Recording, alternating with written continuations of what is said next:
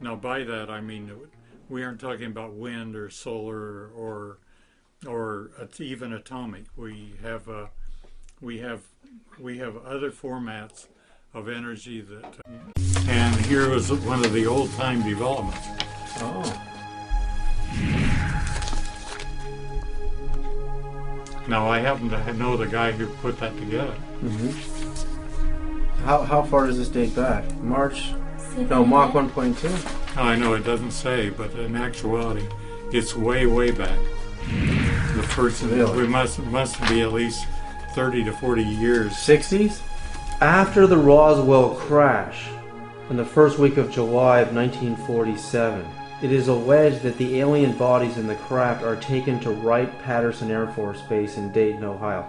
That's where the alien bodies in the craft were taken. What Boyd Bushman is holding up is a document that states that a reverse-engineered nuclear-powered flying saucer that has a ceiling of over 60,000 feet, a range of 3,000 miles, nuclear-powered anti-gravity saucer that we reverse-engineered from the alien craft, and he knows who did it. He's testifying. Boyd Bushman is the man who designed the Stinger missile for General Dynamics. He worked for Howard Hughes. He worked for 20 years. He was at Lockheed Martin. He had access to above top secret and top secret files. He knows how to develop and reverse engineer anti-gravity technology and is actually demonstrating it in front of us. And here we are for the first time in history.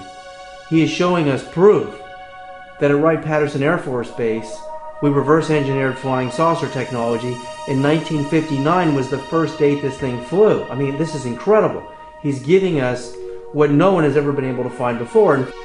And you know, he won't say, you know, that it was an alien craft, obviously. I mean, it could have been something that was ours. But if we have anti-gravity, if we've developed anti-gravity at Lockheed or you know, any level, secret level of the Black Ops, you know, divisions of research, why aren't we using it in the war? Why doesn't the F-117 levitate? Or does the F-117 levitate? Well, the key question from a physics point of view is a matter of another force.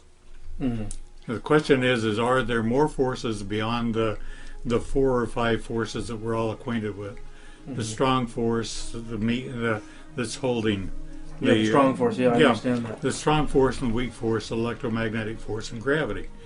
Well, we have been under some development recently where the astronomers have begun to analyze the motion of galaxies apart.